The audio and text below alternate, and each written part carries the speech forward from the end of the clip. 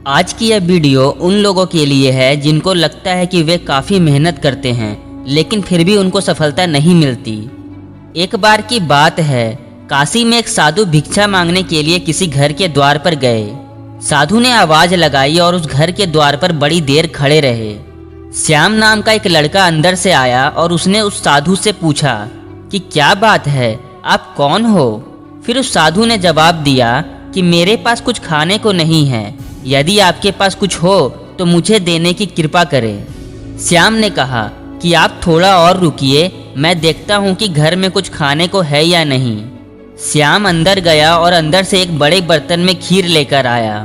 फिर उसने साधु से कहा, महात्मा जी आप अपना पात्र लाइए, मैं उसमें खीर डाल देता हूँ, लेकिन उससे पहले आपको मेरे एक सवाल का जवाब देना पड़ेगा। साधु बोले कि ठीक है, पहले अपना प्रश्न पूछो।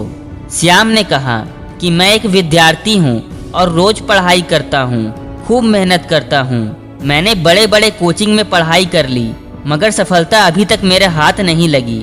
मैं जिस एग्ज़ाम की तैयारी करता हूँ उसमें मैं हमेशा फेल ही हो जाता हूँ। कृपया आप बताइए कि मुझे सफलता कैसे मिलेगी।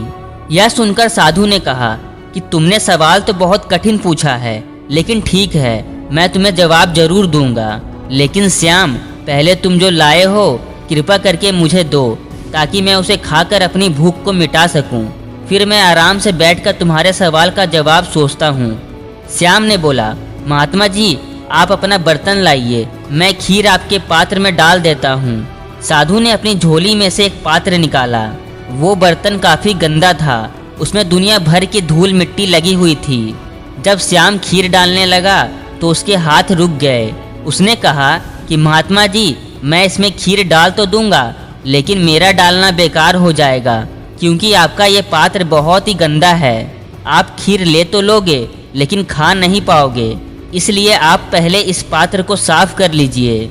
इतना सुनने के बाद साधु ने हंसकर कहा कि श्याम, बस यही तुम्हारे प्रश्न का भी जवाब है। तुमने पूछा था कि सफलता कैसे मिलेगी, तो सुनो, अभी तुम्हारे मन का जो पात्र है वह बड़ा मैला है। कहने का मतलब यह है कि तुम जिस परीक्षा की तैयारी करते हो उसमें तुम्हारा मन ही नहीं लगता। जब तक तुम्हारा मन किसी काम में नहीं लगता तब तक तुम उस काम को करने की कितनी भी कोशिश कर लो नहीं कर सकते। भले ही तुम कितनी भी बड़ी कोचिंग में क्यों ना पढ़ लो, जब तक तुम दिल से उस परीक्षा को पास करना नहीं चाहोगे तब तक तुम उसे पास नहीं कर पाओगे। सबसे पहले तुम्हें अपने मन को शुद्ध करना होगा, अपने मन को पानी की तरह निर्मल बनाना होगा, अपने मन रूपी पात्र को गंदे विचारों से साफ करना होगा। तुम्हारी लाइफ में जितनी भी डिस्ट्रैक्शंस हैं उन्हें दूर करो। शॉर्टकट में कहा जाए तो 1 साल के लिए गायब हो जाओ। कहने का मतलब यह है कि तुम 1 साल के लिए सारे सोशल मीडिया को यूज़ करना बंद कर दो और अपने सारे दोस्तों से भी दूर हो जाओ। दूसरों को हर एक चीज़ के लिए हाँ कहने की जगह ना कहना सीखो। फॉर एग्ज़ाम्पल, जब भी तुम्हारा कोई दोस्त तुम्हें कहीं घूमने या फिर पार्टी करने को बुलाए तो उसे तुरंत मना कर दो। इस 1 साल में तुम जी जान लगाकर मेहनत करो, अंत में तुम्हें सफलता जरूर मिलेगी। इतना कहकर वह साधु वहाँ से चले गए। तो दोस्तों, उम्मीद करता हूँ कि आपको भी यह बातें समझ में आई होगी। मिलते हैं अगली वीडियो में। जय हिंद, वंदे मातरम।